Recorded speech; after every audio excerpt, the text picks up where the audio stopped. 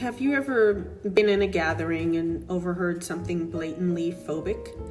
Racist, sexist, transphobic, homophobic, ableist, or otherwise disgusting, and thought, I should say something, but is it really my place? Now let's zoom in on racism, which is our primary topic here, though I hope you see how these dots all connect in the hateful mind. Now maybe you've heard that your best option is silent support from the back row. No. Let me upgrade your spot from the cheap seats. Here's the thing to remember. The idea that anti-racism work is the exclusive job or burden of people of color or whatever the identity of the insulted party may be, that thinking is trash.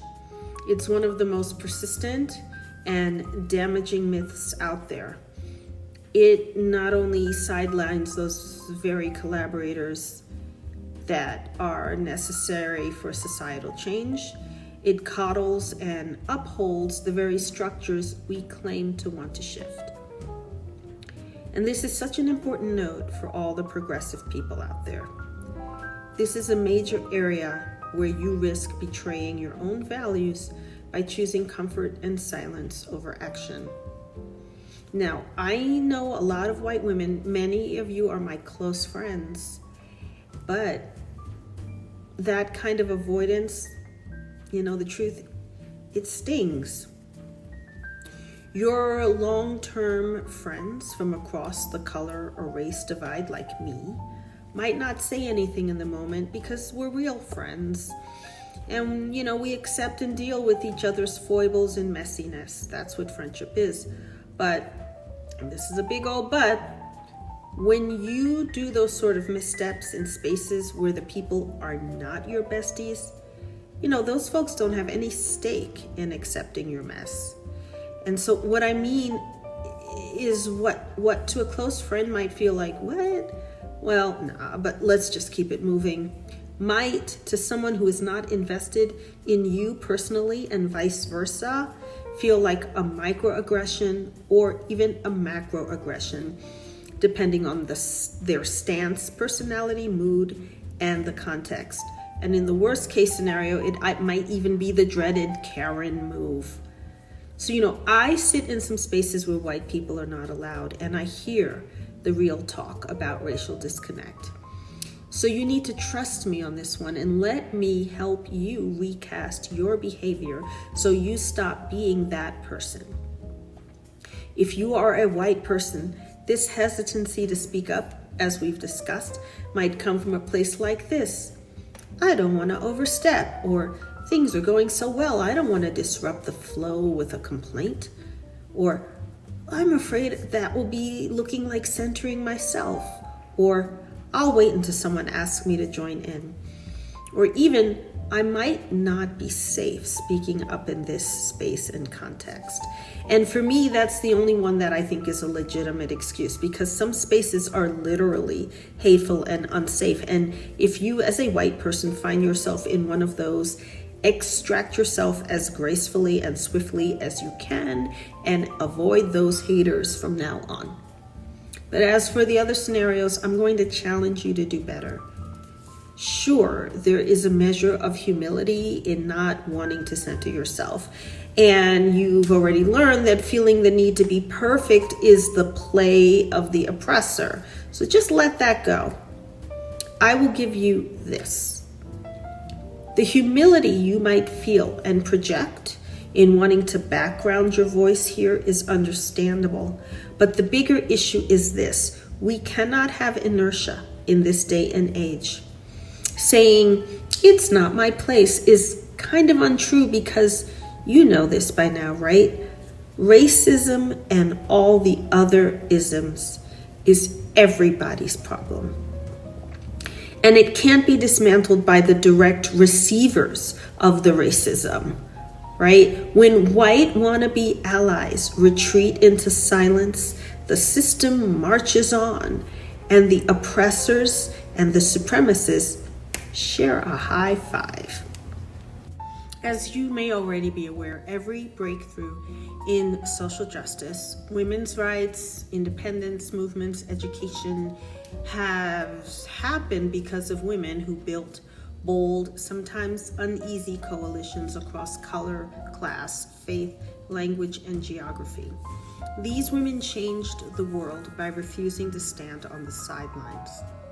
If you follow my work and have read my book, you know about some of the coalition building sheroes of the civil rights movement in the US and other rights movements of the 1960s, women like Ella Baker, Fannie Lou Hamer, Septima Clark, and others who linked grassroots Black communities with national organizations and interracial allies. You may also be familiar with leaders from the 1970s, such as Dolores Huerta, Shirley Chisholm, and Yuriko Chiyama, who constructed cross-movement coalitions that connected labor, Chicano, Puerto Rican, feminist, Black power, and Asian American struggles, to name just a few. And here are a couple of other notable foremothers from the global decolonial history to know a bit about. Clara Gonzalez de Berenger, who was a Panamanian feminist, lawyer, judge, and suffragist leader who co-founded groups to fight for women's civil and political rights, including the votes. Clara was the first woman in Panama to earn a law degree and later became a juvenile court judge and a prominent figure in national and inter-American feminist organizing. In Tanzania, Bibi Titi Mohammed played a parallel role by organizing thousands of women for the independence movement and helping to found the All-American Women's Conference, a Pan-African forum that united women activists from many countries. And there are a lot of other women to discover as well. They did some hard work, y'all. Cross-racial alliance never comes without struggle or even navigating misunderstanding. But they knew their real power lay in refusing to let skin color become a dividing line or an excuse for silence. So for the white women watching this, especially those with privilege and proximity to the levers of power, sometimes you are the only ones in the room when the racist jokes fly, or when the hiring decisions skew, or when the rules get subtly rewritten to exclude someone, maybe someone who looks like me. So let me ask you, who's gonna speak up if it's not you? You want me to go in there and do the talking?